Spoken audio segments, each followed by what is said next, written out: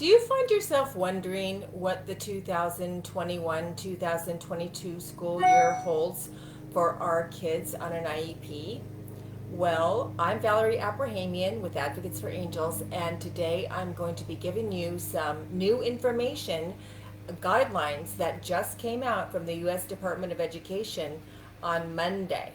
And these guidelines give all the states and all the districts in every state across the nation guidelines on how they are to move forward with the implementation of IDEA, the Individuals with Disabilities Education Act, which is the federal law that drives all IEPs across the nation, and how districts are obligated to implement IDEA for this school year. So let me just read you some of the most important points that came out in this new guidance that reaffirms importance of full implementation of Individuals with Disabilities Education Act amidst COVID-19 pandemic. So even though we're still in the middle of the pandemic, the school districts are still obligated to implement IDEA. So this letter outlines a series of questions and answers as children and students return to in-person learning. The question and answers focus on topics to help ensure, regardless of the COVID-19 pandemic or the mode of instruction, so it doesn't matter the mode of instruction, whether it be in person, virtual, hybrid, no matter the mode of instruction, children with disabilities receive a free, appropriate public education, which is FAPE, in accordance with the Individuals with Disabilities Education Act, IDEA, and that infants and toddlers with disabilities and their families receive early intervention services. Serving all children and students with disabilities in our public schools isn't just written into law, it's a moral obligation and strong equitable practice. When we recognize and celebrate these differences as strengths, and when we help all children make progress toward challenging educational goals, everyone benefits, said the U.S. Secretary of Education. I'm proud that the department is releasing these tools of the federal government's important and necessary obligation to IDEA. So right there he's saying that they still have an obligation to implement IDEA in the midst of the pandemic. So the guidance goes on to include things like meeting timelines. So there are many timelines, and each state may have different timelines, so you should look up your timelines for your state. But there are mandated timelines that districts must adhere to in doing certain things, such as asking for an assessment, holding an IEP meeting, things such as that. So they must adhere to the timelines that their state mandates. They must ensure implementation of the initial evaluation and re-evaluation procedures. So that's the assessment process. They still must ensure those evaluations take place and the implementation take place. Determining eligibility for special education and related services. They still must determine whether a child's eligible for an IEP or eligible for related services, and related services can also mean designated instructional services such as speech and language therapy, occupational therapy, physical therapy, adaptive physical education, behavioral therapy, things on and on. There's many different types of related services that they're obligated to provide our kids, and provide the full array of special education and related services that may include compensatory services for students with disabilities to ensure they receive a FAPE, a free appropriate public education. So that means that includes compensatory services, parents, And compensatory services means that they make up for what they didn't provide since March of 2020 when school was closed to date. So if your child missed services and they didn't implement the IEP, they are obligated to look at those services and make a decision of how to resolve and find a remedy of how they're going to go back and make up for those compensatory services owed to your child. The pandemic didn't alter IDEA's guarantee of FAPE. This school year will be important for children, students, and educators, said Catherine Nees, Acting Assistant Secretary of OSHERS. These guidance documents are one more example of federal technical assistance available to help students ensure student access.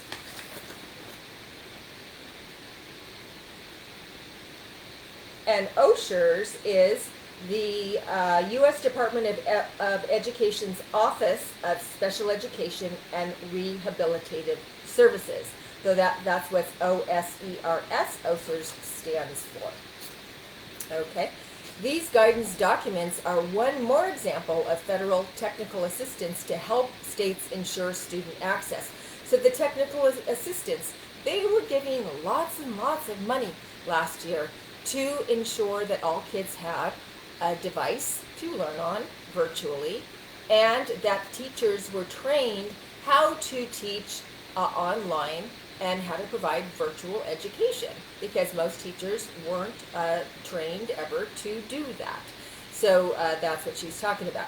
Today's announcement underscores the need for the department to continue to provide to states to ensure they have the information necessary to carry out these important requirements and to make good use of the additional American Rescue Plan. And that American Rescue Plan are the funds that they provided to all the states' special education and school districts. Okay, so they have the funds to do this.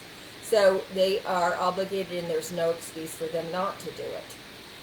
And that those funds will ensure the full implementation of all IDEA requirements.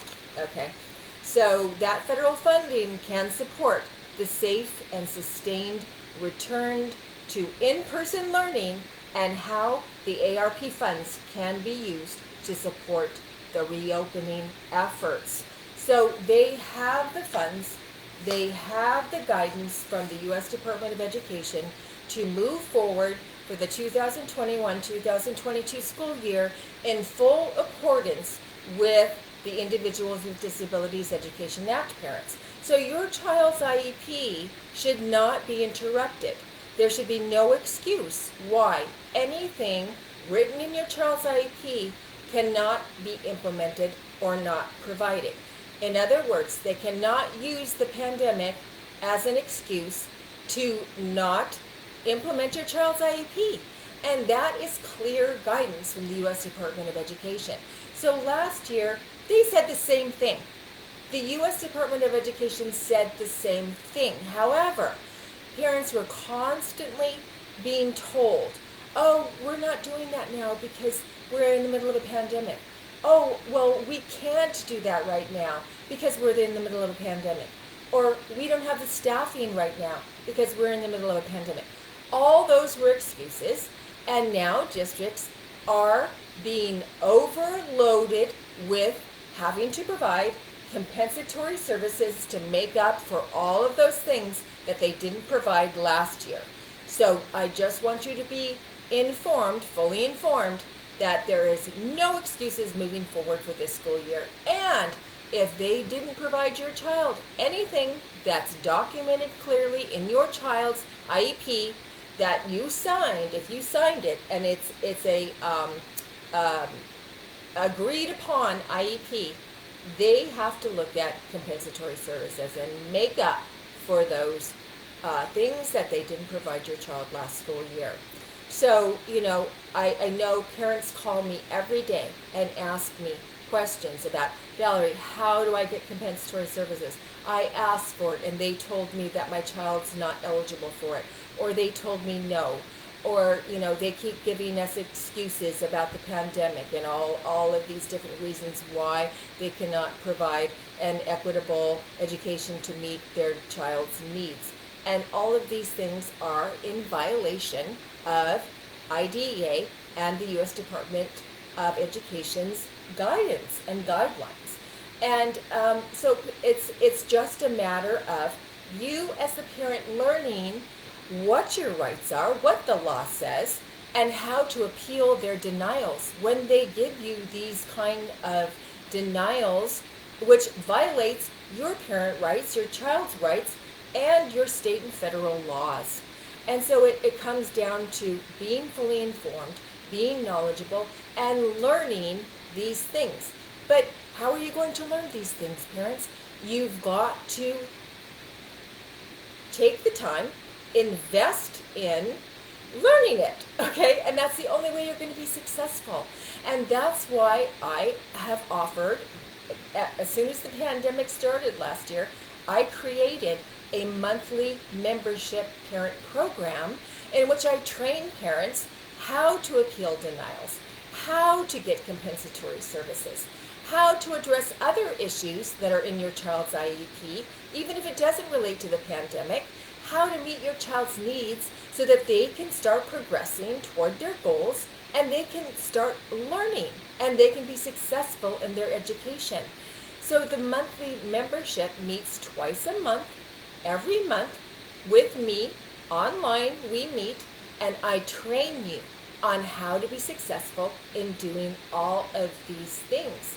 And I also give lots of curriculum, information, I give scripts and templates, and I train parents how to write letters, how to prepare for IEP meetings, how to appeal denials, everything you need to know so you can learn how to be successful in your IEP meetings and how to overcome all of these problems that parents are experiencing today.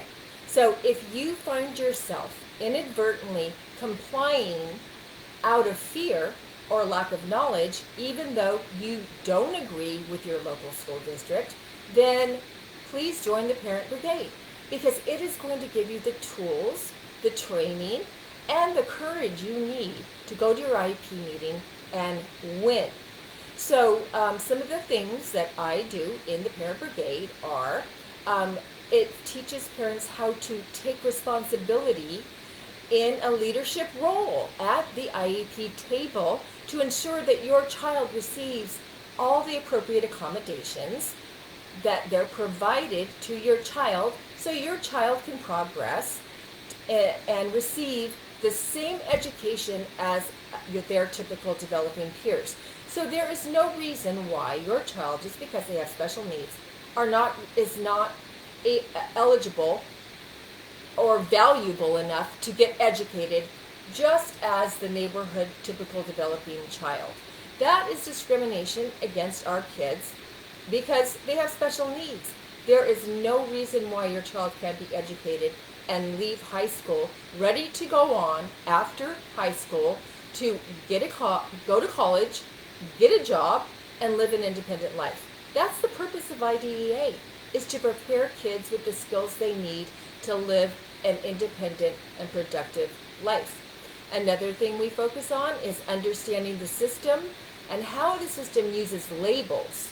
Okay, that's the key to getting services, that's the key to getting eligibility, approval. That's the key to everything, because that's the way the system works, right, is using labels. And parents hate that, right? I hate that. I don't like labels, but that's the system, and that's the way the system works. But those labels, they don't define our child. They don't define who our child is or the value of our child.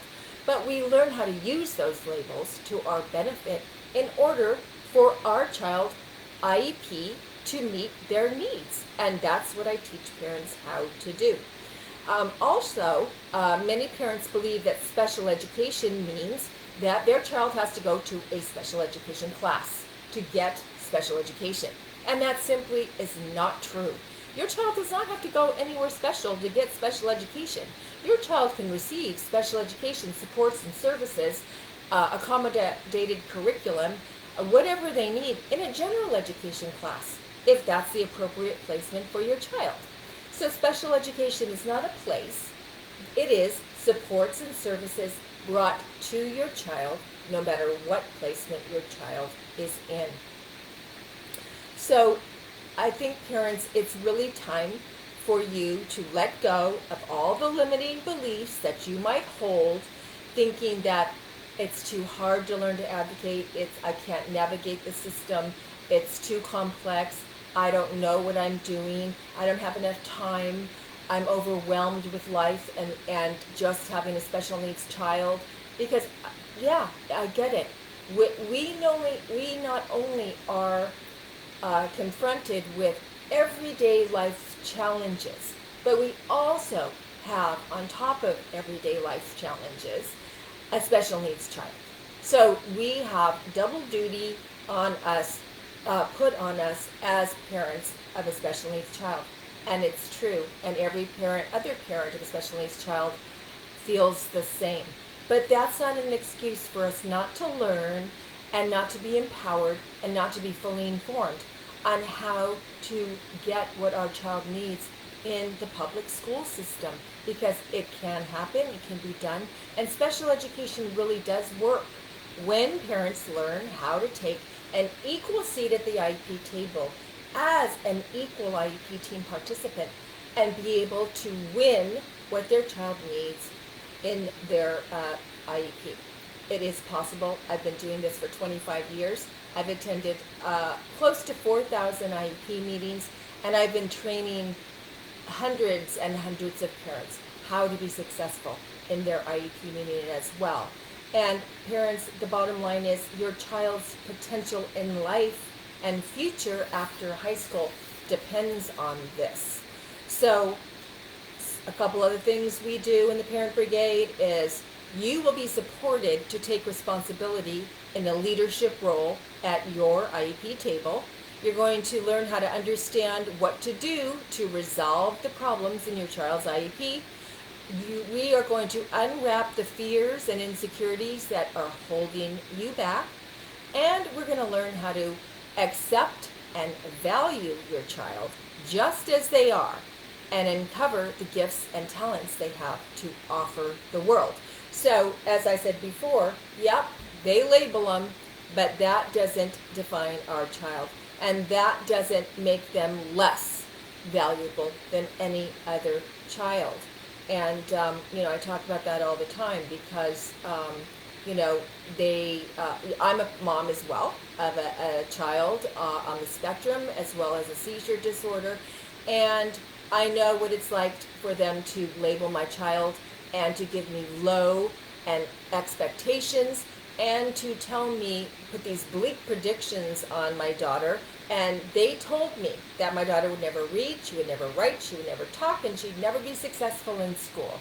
And they were all wrong. The psychologists were wrong, the doctors were wrong.